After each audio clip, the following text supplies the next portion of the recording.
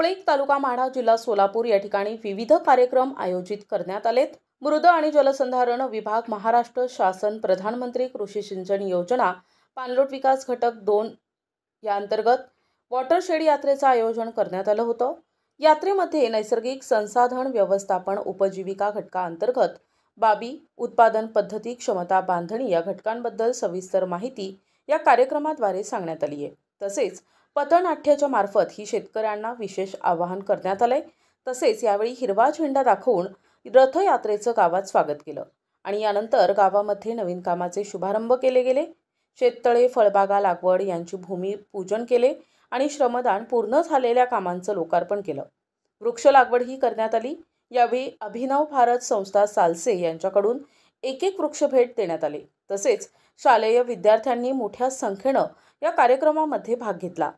यावेळी प्रमुख उपस्थिती मान्यवर प्रकल्प व्यवस्थापक, जिल्हा जलसंधारण अधिकारी दयासागर दामा, उपविभागीय कृषी अधिकारी कुर्डुवाडी, कदम मंडळ कृषी अधिकारी कुर्डुवाडी हनुमंत बोराडे, कृषी पर्यवेक्षक सुहास सर्जेराव, श्री शेणगे, श्री निकम, जिल्हा प्रकल्प समन्वय श्रीमती सुदर्शना नगारे, शशिकांत कोरे, विजय बिराजदार, काकासाहेब सरडे, श्रीमती कल्पना इप्पलपल्ली, दत्ता पाटील, अभिनव भारत संस्था अध्यक्ष संतोष राऊत, जिल्हा परिषद शाळेचे शिक्षक आणि कर्मचारी वृंद, विद्यार्थी विद्यार्थिनी आणि बचत गटातील सर्व महिला, सरपंच आणि उपसरपंच तसेच ग्रामस्थ उपस्थित होते। सोलापूर जिल्ह्यातील प्रधानमंत्री कृषी सिंचन योजना पाणलोट विकास घटक 2.0 या योजनेची जिल्हा प्रकल्प समन्वयक म्हणून काम पाहते। आज आपण या गावामध्ये जमलो आहोत। तर या योजनेच्या अंतर्गत जी पाणलोट रथयात्रा ही केंद्र शासनाची केंद्र शासनाचे उपक्रम चालू झालेला आहे, त्याच्यामध्ये आपण सहभाग घेण्यासाठी इथं जमलेला आहोत। तर पाणलोट रथयात्रा ही काय आहे? तर पाणलोट यात्रा ही महाराष्ट्रामध्ये आपल्याला 8 फेब्रुवारी 2025 रोजीपासून ही सुरू झालेली आहे आणि याचा शुभारंभ झालेले मृद व जलसंधारण मंत्री माननीय श्री संजयजी राठोड यांच्या हस्ते या रथाचं उद्घाटन यवतमाळमधून झालेलं आहे आणि आपल्या या जिल्ह्यामध्ये ही रथ कोकण मार्गे आपल्याकडे आलेली आहे। आज आपल्या जिल्ह्यामध्ये पहिल्यांदा या रथाचं स्वागत झालेलं आहे ते भोगेवाडी तालुका माढा या गावामध्ये आणि त्या गावामध्ये आम्हाला लोकांचा प्रतिसाद खूप चांगला वाटला।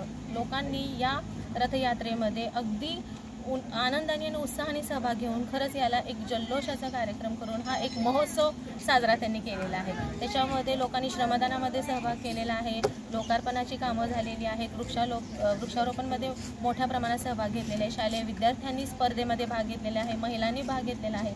त्याच्यानंतर आम्ही दुसऱ्या सत्रामध्ये इथे रोपळे कवे या गावामध्ये आलेलो आहोत। तर रोपळे कवे गावामध्ये देखील या योजनेचा त्याच जल्लोषाने स्वागत झालेले, या रथयात्रेचा स्वागत झालेला आहे आणि गावातील समस्त मंडळींनी याच्यामध्ये सहभाग नोंदवलेला आहे। विशेष करून मी कौतुक करते आमच्या बचत गटाच्या महिलांचा, ज्या महिलांना या योजनेतून लाभ मिळाला आहे त्या महिलांनी आपल्या उपक्रमांचा स्टॉल इथं मांडलेला होता आणि सांगायला आनंद होत आहे की प्रत्येक महिलांनी किमान 5 ते 6 हजारपर्यंत या स्टॉलमध्ये आज त्यांची उलाढाल झालेली आहे आणि त्यांना तो नफा झालेला आहे। असा हा महोत्सव इथं आम्ही खूप आनंदाने या 2 गावामध्ये साजरा केलेला आहे।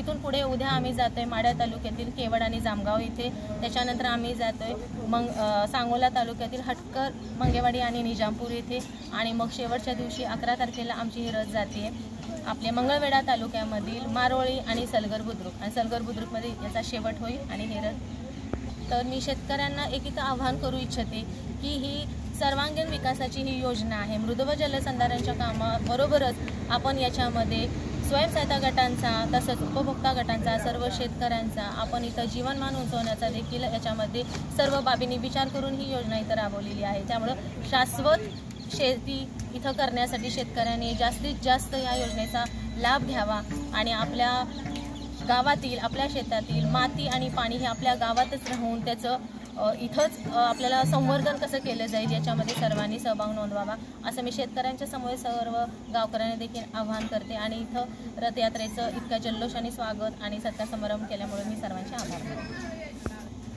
ही रथयात्रा जी आहे ती एकच संदेश घेऊन आली होती की पाणलोटासाठी जी आपली योजना इथं प्रधानमंत्री कृषी सिंचन योजना पाणलोट विकास घटक 2.0 आहे त्याच्यामध्ये त्या योजनेचा या सर्व गावकऱ्यांमध्ये, सर्व समाजामध्ये जनजागृती व्हावी आणि लोकांचा जास्तीत जास्त सहभाग या योजनेमध्ये व्हावा आणि मृदा आणि जलसंधारण आणि संवर्धन मोठ्या प्रमाणामध्ये व्हावं आणि सुजलाम सुफलाम आपला महाराष्ट्रच नाही तर आपला देश व्हावा, याच उद्देशाने ही रथयात्रा इथं आलेली आहे आणि तो आपण उद्देश नक्कीच सफल करू असं आपण सर्वांनी ग्वाही देऊयात आणि याच्यामध्ये आपण याच पद्धतीने सहभाग नोंदवूया. प्रतिनिधी संदीप भगत, NTV न्यूज मराठी, सोलापूर.